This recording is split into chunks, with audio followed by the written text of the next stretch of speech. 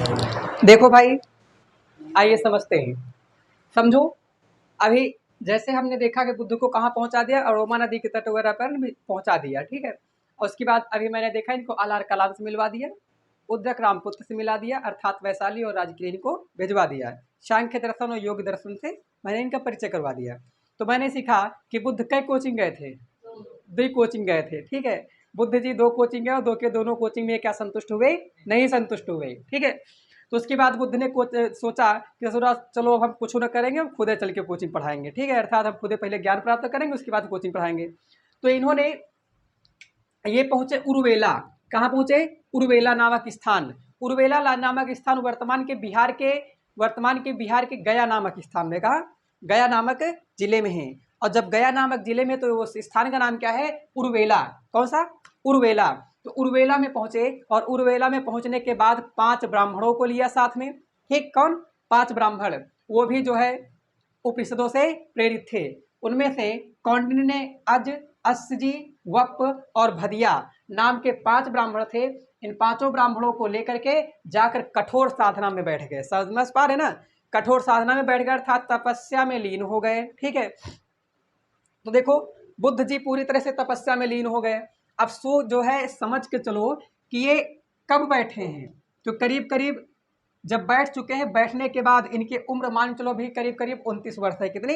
29 वर्ष। ध्यान रखेंगे कि बैठ चुके, बैठ के लंबे समय तक तपस्या करते रहे, करते रहे, करते रहे, करते रहे, करते रहे।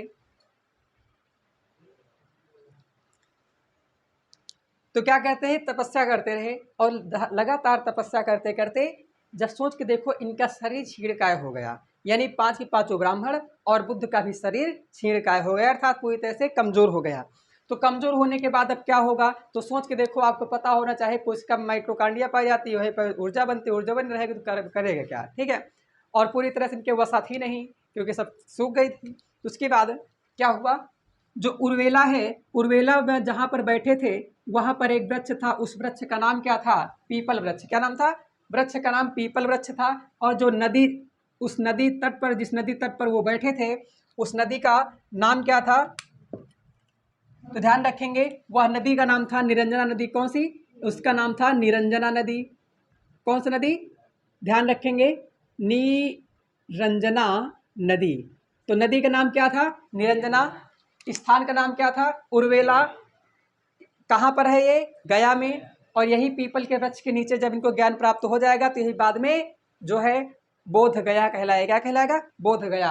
तो यहाँ पर लगातार अब जो पीपल वृक्ष था, तो पीपल वृक्ष आप जानते हैं पूजनीय होता है ना। तो वही जो उर्वेला है, यह एक बड़ा सा ग्राम था, नगर ग्राम, उसका नाम था संपत ग्राम। क्या नाम था? संपत ग्राम।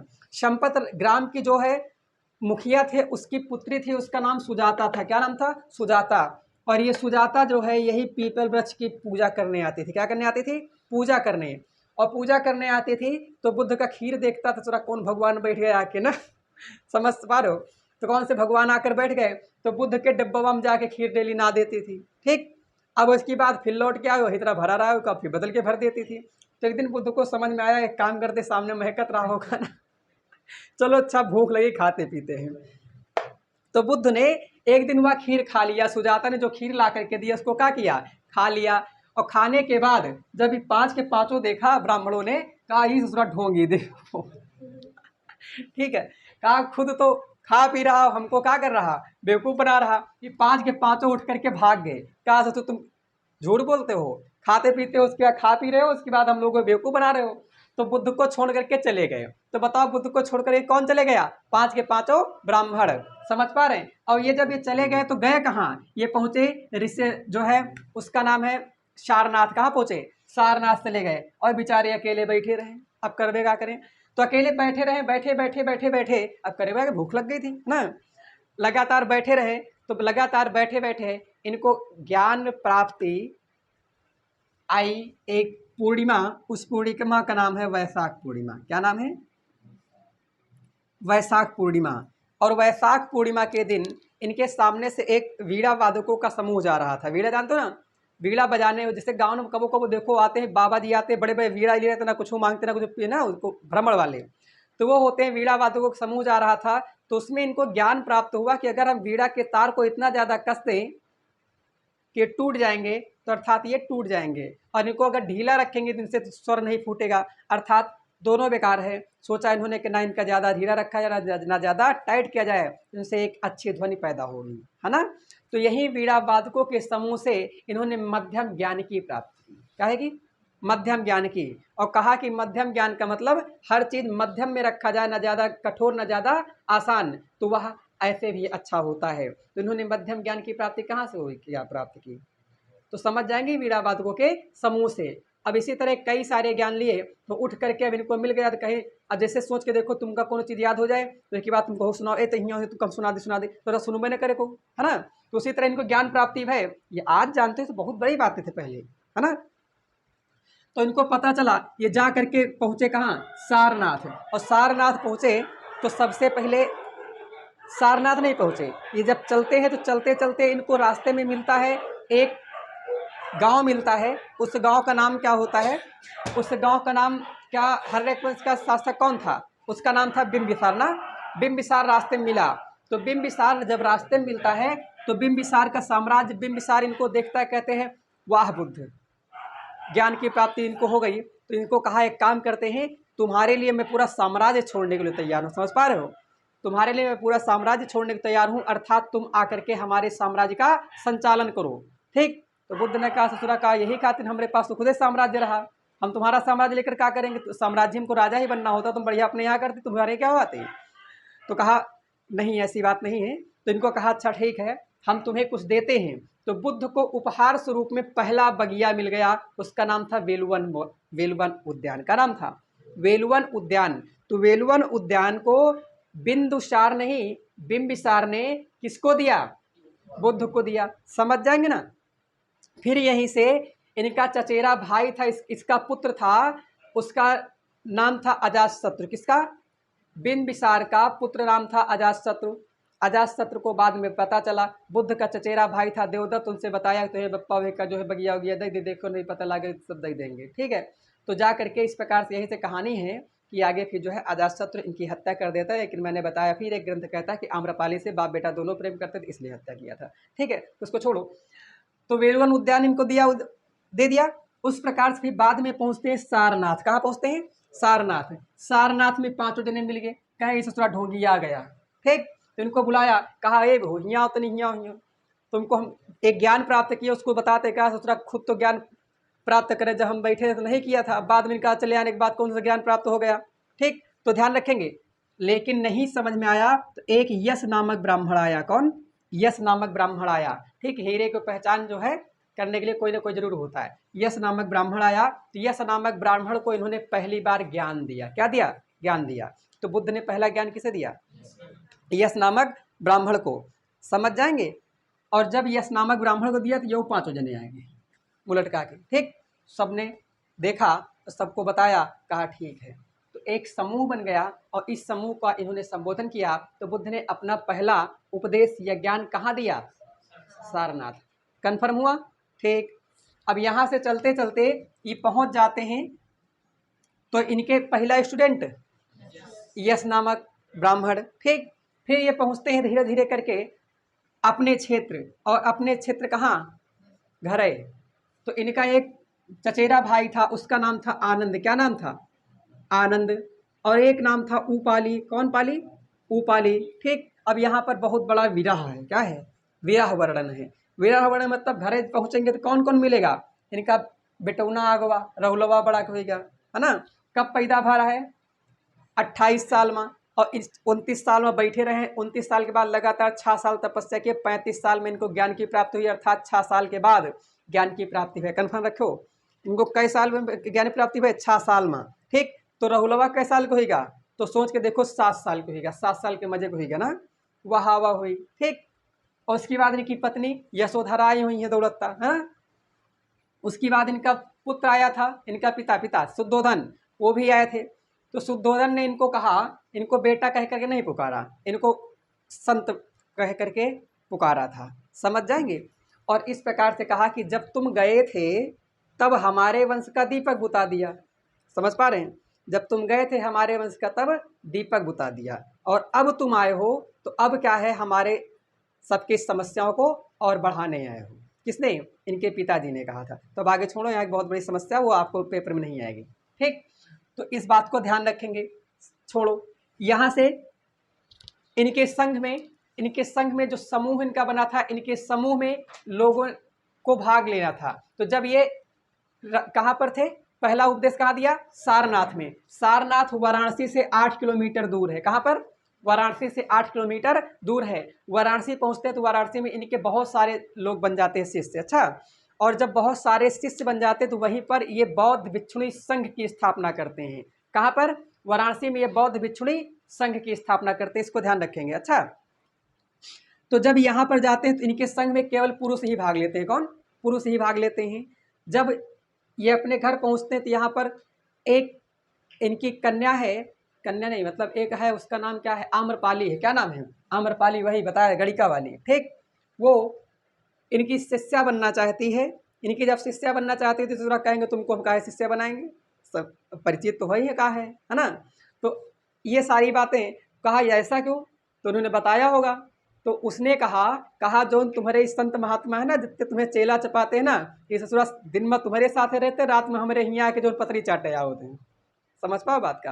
यानी आम्रपाली ने कहा कि जो तुम्हारे साथ दिन में संत, ये तुम्हारे शिष्य हैं, ये सारे के सारे रात में हमारे यहाँ चौखट पर पतरी चाटने आते हैं। समझ पा रहे हो? क्योंकि आम्रपाली एक गणिका थी। समझ पा रहे ना? तो कहा अच्छा ऐसी बात है। तो आनंद से पूछे, आनंद इनका चचेरा भाई था बुद्ध का। कहा हो आनंद, कुछ कहा सही कहा था? तो आनंद ने कहा हाँ गुरु जी, काम कर दी जाए, इनको जो है प्रवेश दे दिया जाए, महिलाओं को भी। तो इस प्रकार से आनंद के कहने पर, तो बताओ बुद्ध ने महिलाओं को किसके कहने पर अपने प्रवेश संघ में प्रवेश दिया? आनंद के कहने पर। ठीक, और लेकिन टेम्पर कौन रखा था? समझ सकते हो। ठीक, इस प्रकार से इनकी पहली शिष्या इनकी मौसी प्रजापति गौतमी बनती है। कौन बनता है? इनकी पहली शिष्या कौन बनी? प्रजापति गौतमी। कन्फर्म हुआ? पहला शिष्य इनका कौन बना? यश नामक ब्राह्मण। इतनी बात समझ पा रहेंगे? अब ज़्यादा ना खोलो, नहीं बहुत बड़ी कहानी खुल जाए, काम की चीज़ें जान लो बस, नहीं थक जाओगे तुम। ठीक, और समझो फिर भूल जाओगे। इतना कन्फर्म। आगे इनका पूछा जाए शिष्य कौन बना? इनका एक और शिष्य बना फिर बाद में, आनंद और उपाली। आनंद कौन है? मैंने बताया इनके त्रिपिटक हैं। त्रिपिटक कौन कौन से? सुत्त पिटक, विनय पिटक, अभिधम्य पिटक। सुत्त पिटक की रचना आनंद, विनय पिटक की रचना उपाली, और अभिधम्य पिटक की रचना जो है मोगलिपुत्र तिस्स। कन्फर्म हुआ? उसके बाद इनका सबसे वृद्ध और सबसे अंतिम शिष्य कौन था? इनका सबसे वृद्ध और सबसे अंतिम शिष्य, उसका नाम था सुभद्र। क्या नाम था? सुभद्र। ध्यान रखो, इनका सबसे अंतिम शिष्य और सबसे वृद्ध शिष्य कौन था? सुभद्र। कन्फर्म हो गया? इनको आपको ध्यान रखना होगा। फिर आपसे पूछेगा कि बुद्ध जी बताओ सबसे अधिक वर्षावास कहाँ बिताए, या फिर सबसे ज़्यादा समय तक कहाँ रहे हैं, या फिर सबसे ज़्यादा समय तक ज़्यादा इनके शिष्य कहाँ रहे? तो मुझे बताओ, जहाँ पर ज़्यादा रहोगे वहीं तो ज़्यादा शिष्य रहेंगे। तो सबसे ज़्यादा ये वैशाली में रहे। कहाँ पर? वैशाली में। कहाँ पर रहे? वैशाली में। वैशाली में सबसे ज़्यादा ये बिताए समय। ठीक, और वैशाली नहीं, श्रावस्ती। क्या नाम? श्रावस्ती में। श्रावस्ती कौन थी? तो श्रावस्ती मैंने बताया था, प्रसेनजीत की कहानी थी, हमने बताया था 16 महाजनपद में कि एक कोसल राज्य की राजधानी थी ना। कोसल की, उत्तरी कोसल की राजधानी साकेत थी, दक्षिण कोसल की राजधानी श्रावस्ती थी। यहाँ का प्रसेनजीत राजा हुआ करता था। प्रसेनजीत राजा इनके समकालीन था, यानी बुद्ध के समकालीन या बुद्ध के हम उम्र या फिर बुद्ध के सेम उम्र का कौन था? राजा प्रसेनजीत। समझ जाएंगे ना? राजा प्रसेनजीत जब जानता है कि अच्छा बुद्ध जी आ गए, प्रकाशानो मित्र थे। ठीक, तो कहा चलिए ठीक है। इनके समय में राजा जो प्रसेनजीत थे, इनकी रहने की व्यवस्था, खाने की व्यवस्था, सब व्यवस्थाएं करा दी। तो इस प्रकार से इनका सर्वाधिक समय कहाँ बीता? उसका नाम होगा श्रावस्ती में। और श्रावस्ती में ही ज़्यादा समय बीता तो ज़्यादा पानी भी वर्षा होगा। ज़्यादा पानी मतलब ज़्यादा वर्षा ऋतु बीती ना। तो इनका सर्वाधिक वर्षावास कहाँ बीता? श्रावस्ती में। तो जाहिर सी बात ज़्यादा मनई भी मिलेंगे, और मनई मिलेंगे तो शिष्य भी बनेंगे। तो सर्वाधिक इनके शिष्य कहाँ रहे? श्रावस्ती में। और ध्यान रखेंगे, वर्तमान में उत्तर प्रदेश का श्रावस्ती जिला ही सबसे ज़्यादा अशिक्षित है। समझ जाओगे? वर्तमान में 2011 की जनगणना के अनुसार सबसे ज़्यादा शिक्षित जिला उत्तर प्रदेश कौन है? श्रावस्ती। ठीक है, और श्रावस्ती से ही स्कूल चलो अभियान 2022 में प्रारंभ हुआ था। समझ जाएंगे ना? इनका सबसे ज़्यादा शिष्य कहाँ है? श्रावस्ती में। समझ पाओगे ना? इनको आपको ध्यान लिख लेना होगा।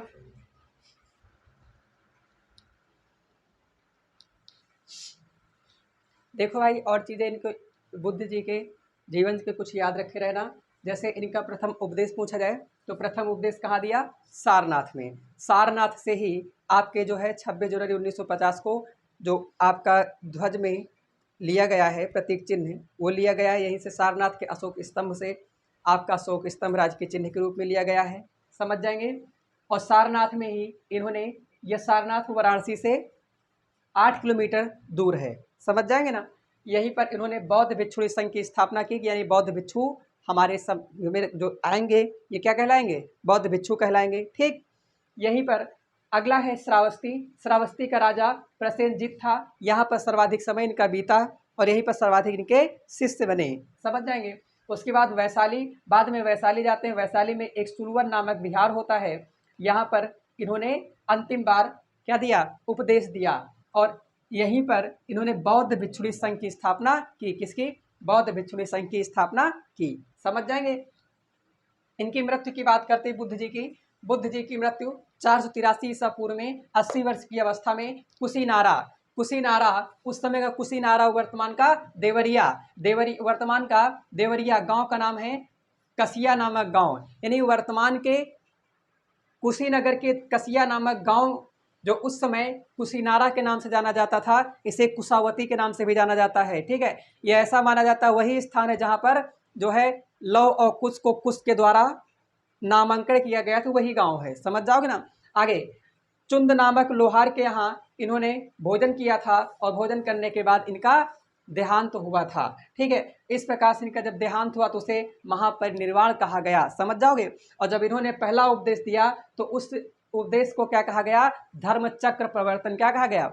यानी जब इन्होंने उपदेश दिया, पहला उपदेश सारनाथ में, उसको घटना क्या कहा गया? धर्म चक्र प्रवर्तन। और इनकी मृत्यु की घटना को महापरिनिर्वाण कहा गया। इस प्रकार से इनका अंत समय में मल्ल, यह जो स्थान है यह मल्लगढ़ राज्य के अंतर्गत आता था। तो मल्लों ने इनका अंत्येष्टि संस्कार बड़े ही सम्मान पूर्वक किया और इस प्रकार से इनके अंत्येष्टि को 8 भागों में बांटा गया और बाद में 8 बड़े बड़े स्तूपों का निर्माण किया गया। इस बात को आप समझ जाओगे, सारी बातें आप ध्यान रखे रहोगे। ठीक है, तो बताओ बुद्ध का अंतिम शिष्य कौन था?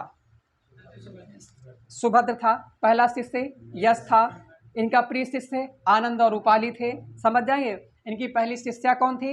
इनकी मौसी बनी थी प्रजापति गौतमी, और बाद में कौन बनी? आम्रपालिया बनी ना। आम्रपालिया नाम सुनो ना, बहुत बड़े आम्रपालिया काम की प्रजाति बैठ। अच्छा, अगला ध्यान दे लेंगे। उसके बाद एक इनके यहाँ एक त्रिपिटक ग्रंथ लिखा गया, इनकी सारी चीज़ों की जानकारी के लिए एक ग्रंथ लिखा गया, उसका नाम त्रिपिटक कहलाएगा। त्रिपिटक, त्रिपिटक का शाब्दिक अर्थ होता है 3 टोकरियों का समूह, समझ जाओगे ना। तो उसमें से एक है सुत्त पिटक। सुत्त पिटक की रचना इनका प्रिय, उसका नाम है आनंद, आनंद ने की। ठीक है, इसमें इनके उपदेशों का संग्रह है। विनय पिटक में संघ संबंधी नियम है, इसकी रचना उपाली ने की। अभिधम्य पिटक की रचना मोगल पुत्र तिस्य ने की, इसमें बौद्ध दर्शन है। क्या है? बौद्ध दर्शन है। इस बात को आप ध्यान रखे रहोगे, समझ जाएंगे। इस प्रकार से बुद्ध के जीवन की बातें हम समाप्त करते हैं क्योंकि समय बहुत कम है। अच्छा, आगे देखो। ज्ञान प्राप्ति के पश्चात, ज्ञान प्राप्ति के पश्चात जिस पेड़ के नीचे उन्होंने ज्ञान प्राप्त किया वह बोध वृक्ष कहलाया। जो स्थान था उसको हम बोधि गया कहे। ठीक है, और एक सवाल इनके यहाँ से ये आ जाता है, इन्होंने 4 आर्य सत्य दिए थे। 4 आर्य सत्य में क्या कहा? एक इनका आर्य सत्य का मतलब वास्तविक चीजें बताई। कहा कि पहली बात संसार में दुख है, वो तो कोई दुख हो जानी है ना, समझ जाओगे। उसके बाद कहा कि दुख का कारण भी है, अगर दुख है तो दुख का कारण भी है, अगर कहा दुख का कारण है तो दुख का निवारण भी है। कन्फर्म, 3 हो गए। और कहा अगर दुख का निवारण है तो दुख का निरोध मतलब निवारण होता है, और दुख का विरोध प्रतिपदा भी है। ठीक, अर्थात इसके उत्पत्ति होने के लिए जो समस्या है वो भी है। तो आप इन बातों को समझ जाएंगे। ठीक है, तो बताओ, एक घटना इनके यहाँ से आती, कहता बुद्ध के जीवन की कौन सी घटना है जो वैशाख पूर्णिमा के दिन घटित नहीं हुई थी? ठीक, हाँ, तो ध्यान रखेंगे कि पैदा हुए तो बुद्ध पूर्णिमा के दिन, समझ जाएंगे ना, यानी बुद्ध जी पैदा हुए तो बुद्ध पूर्णिमा। ठीक, घर से भागे तो बुद्ध पूर्णिमा नहीं। ठीक है, इनका ज्ञान की प्राप्ति हुई तो बुद्ध पूर्णिमा। और इन जब निपटे तब इनका बुद्ध पूर्णिमा, समझ जाएंगे। अर्थात इसीलिए जो वैशाख पूर्णिमा होती है उसको हम बुद्ध पूर्णिमा के नाम से घोषित कर दिए हैं, समझ जाएंगे। कोई समस्या किसी को? आप इन सभी बातों को ध्यान रखे रहेंगे। हम उम्मीद करते हैं कि आप इन सब बातों को जानते होंगे। और सवाल पूछेगा कि बुद्ध किस पर विश्वास करते हैं? बुद्ध कभी कर्मकांडी विचारधारा पर विश्वास नहीं करते, ये पुनर्जन्म पर और कर्म के जैसे कर्म करोगे उसका वैसा फल मिलेगा, इस पर विश्वास करते हैं, समझ जाएंगे, ध्यान रखना होगा। और बुद्ध और महावीर दोनों लोग जो है कर्मकांडी व्यवस्था पर विश्वास नहीं करते, बल्कि जैसा कर्म करोगे वैसा मिलेगा, और पुनर्जन्म पर दोनों लोग विश्वास करते हैं, समझ जाएंगे। फिर इनके यहाँ 3 बौद्ध संगीतियाँ हुई, 4 बौद्ध संगीतियाँ हुई, जो हम पीछे ही बता चुके हैं, ठीक है। 383, 483, 383, 251 ईसा पूर्व पहली ईस्वी, समझ जाएंगे ना। इनमें से मैंने बताया था इनके अध्यक्ष कौन कौन हुए, कश्यप, और कौन? कश्यप का मतलब होता है महाकश्यप, कामी का मतलब होता है सर्वकामी, ठीक। तिस्य का मतलब होता है मोगल पुत्र तिस्य, और मित्र का मतलब होता है वसुमित्र, ठीक। और चतुर्थ बौद्ध संगीति, इसके उपाध्यक्ष कौन थे? अश्वघोष थे। इस बात को समझ जाओगे ना, इन बातों को आप सभी ध्यान रखे रहोगे। पूछा जाएगा बुद्ध यानी बौद्ध धर्म 2 भागों में कब विभाजित हुआ? तो चतुर्थ बौद्ध संगीति में विभाजित हुआ, कुषाण काल में, समझ जाएंगे, हीनयान और महायान में। बाद में एक वज्रयान बना, आप समझ गए होंगे वज्रयान क्या है, ठीक है। वज्रयान क्या है आप इस बात को समझ गए होंगे। कोई समस्या?